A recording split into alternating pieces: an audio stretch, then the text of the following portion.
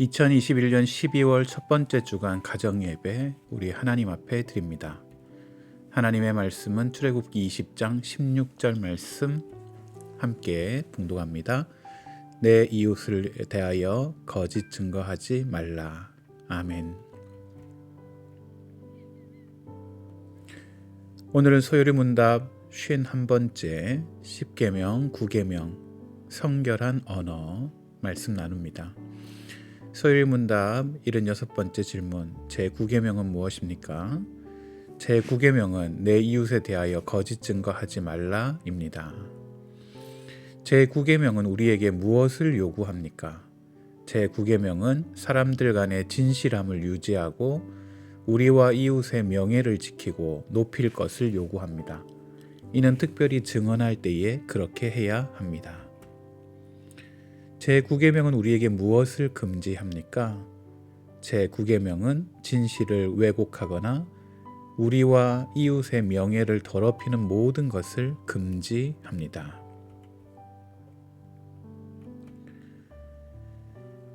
제9계명을 통해서 우리에게 말씀하시는 성경적인 원리는 무엇일까요? 그것은 바로 하나님의 자녀들은 언어에 있어 성결함을 유지하고 성결한 언어를 사용해야 된다라는 것입니다.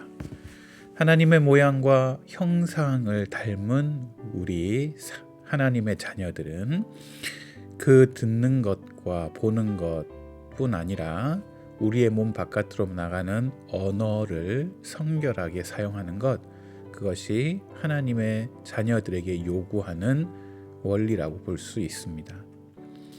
왜요? 하나님은요, 거짓이 없으시기 때문입니다. 히브리서 6장 18절 이는 하나님이 거짓말을 하실 수 없는 이 두 가지 변하지 못할 사실로 말미암아를 통해 하나님은 거짓이 없으신 분이셔요.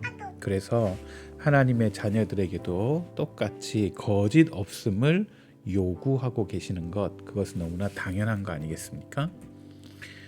그렇다면 그 하나님의 요구는 도대체 무엇일까요?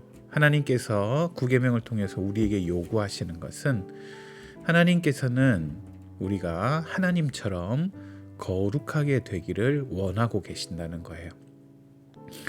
하나님께서 우리의 언어와 우리의 삶 가운데 깨끗함과 거룩함을 요구하시는 것, 그것은 베드로전서 1장 16절 기록되었을 때 내가 거룩하니 너희도 거룩할지어다 하셨느니라. 하나님께서 행하시는 것과 일하시는 것, 또 말씀하시는 것에 있어서 항상 거룩하시듯 하나님의 자녀인 우리에게 요구하시는 것은 우리의 언어 생활과 우리의 삶 가운데 거룩함을 나타내는 것, 그것이 하나님의 요구라고 볼 수 있습니다. 반면 사탄은요, 거짓말쟁이입니다. 요한복음 8장 44절 이는 그가 거짓말쟁이요 거짓의 아비가 되었습니다. 사단의 중요한 특징은 하나님과 다르게 거짓하는 영, 그리고 거짓말하는 존재입니다. 늘 거짓으로 하나님과 하나님의 백성들을 나뉘게 만들고 또 하나님의 백성과 하나님의 백성이 나뉘게 만드는 것이 바로 이 사단이고, 사단은 거짓말의 앞잡이라고 볼 수가 있어요. 아첨도 거짓말입니다. 성경 시편 12편 3절은 여호와께서 모든 아첨하는 입술과 자랑하는 혀를 끊으시리니, 아첨하는 것, 남의 귀에 좋게 들리기 위하여 아첨하는 것조차도 성경은 거짓말로 표현하고 있고 그 표현하는 아첨까지도 끊으라고 성경은 이야기하고 있습니다. 편의상 하는 거짓말도 거짓말입니다. 우리는 편의상 하는 거짓말은 어쩔 수 없다 여기는지도 모르겠습니다. 그러나 좋은 결과를 위해 우리가 나쁜 일을 하는 것, 그것 또한 하나님은 금하고 계십니다.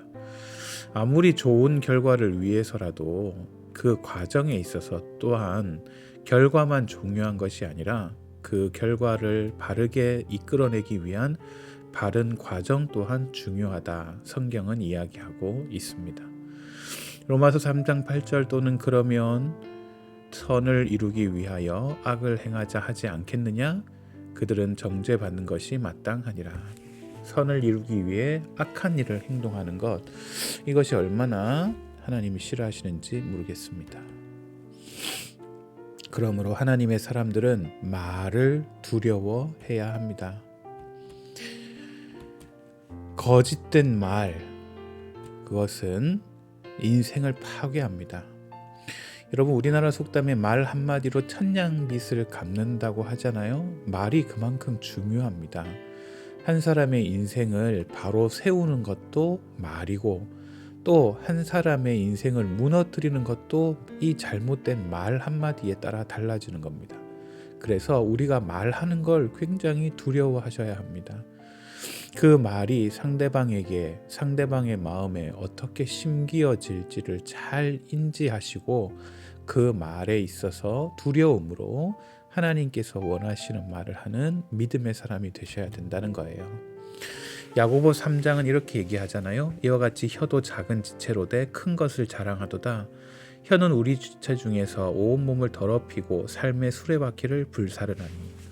여러분, 우리의 몸 중에 혀는요 너무나 작은 한 부분일 뿐이에요. 그러나 이 혀 하나로 한 사람의 인생을 무너뜨리기도 하고 세우기도 하고, 따뜻한 말 한마디가 힘들고 어려운 처지에 있는 사람에게 얼마나 용기와 힘을 주는지 아시죠?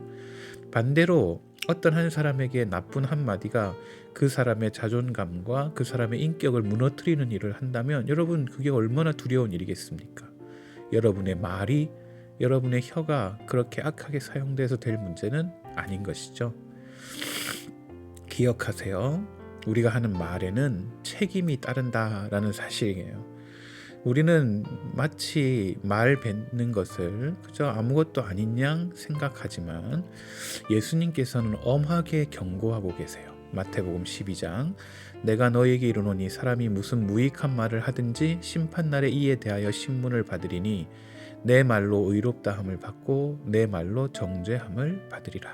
이렇게 말 한마디에 책임에 대해 말씀하고 계세요.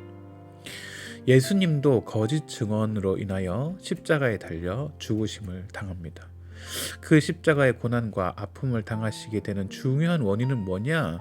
대제사장과 여러 증인들의 거짓 증언 때문이에요. 마가복음 14장 57절, 어떤 사람이 일어나 예수를 쳐서 거짓 증언하여 이르되. 예수님의 한 말의 꼬리를 잡으며 예수님이 잘못된 것처럼 마치 꾸며서 이야기하는 증언들로 인하여 예수님께서는 십자가의 고난을 당하시게 됩니다. 그러므로 입을 바로 사용하는 것, 그것이 하나님의 사람에게 중요한 덕목입니다. 우리의 입이 하나님을 찬송하는 입으로, 우리의 입이 내 이웃 사람에게 힘을 주고 용기를 주는 입으로 사용되어지는 것이 마땅하지 않겠습니까? 그러므로 우리의 입술에 거짓말을 하면 안 된다. 성경은 이야기하는 것입니다. 한 입으로 찬송과 저주가 나는도다. 내 형제들아, 이것이 마땅하지 아니하니라. 샘이 한 구멍으로 어찌 단물과 쓴물을 내겠느냐.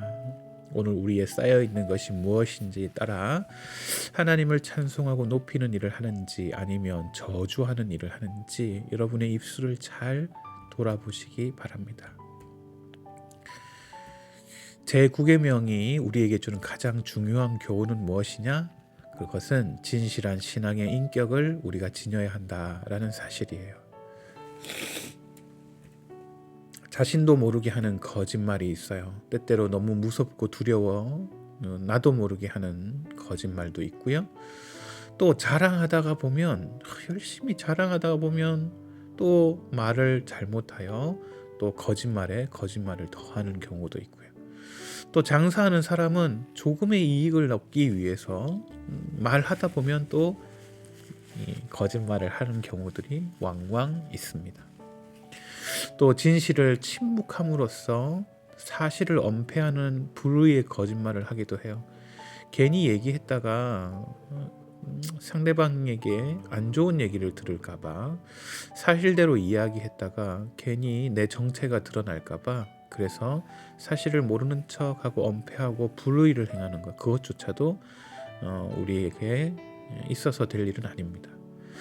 더더군다나 이 세상에서는 거짓말 잘해야 사회에서 성공할 수 있다고 생각하는 사람들이 너무나 많이 있습니다. 어떻게 정직하게만 사냐? 적당하게 거짓말도 하고 적당하게 악을 저지르며 그렇게 살 수밖에 없다라고 얘기할 수 있으나 그런 생각들이 오히려 세상에서 거짓과 불의가 난무하도록 만드는 원인이 된다라는 사실 또한 여러분 돌아보셔야 합니다. 그러므로 우리는 정직하고 진실한 삶을 영위하기 위하여 어떤 어려움에 직면한다 할지라도 타협해서는 안 됩니다. 요셉을 보세요. 보디발 아내의 거짓 증언으로 그는 옥에 갇히고 그 옥에서 옥살이를 합니다마는 여전히 낭망하지 않고 하나님만 바라보면서 하나님 앞에 그 맡겨진 일들을 감당하게 됩니다. 그리고는 그 고난의 터널을 지나면서 최선을 다하게 될 때 하나님은 그를 높은 자리에 앉게 하시고 그의 억울함을 완전히 깨끗하게 털어내시는 것을 볼 수가 있어요. 진실한 성도의 말과 삶, 여러분 이것을 동경하는 여러분 되셔야 돼요. 내가 성도로서 진실한 말을 하고 진실한 삶을 살도록 수고하는 여러분 되시기 바랍니다. 함께 생각해 볼까요? 첫째, 하나님의 자녀들은 어떤 언어를 사용해야 합니까?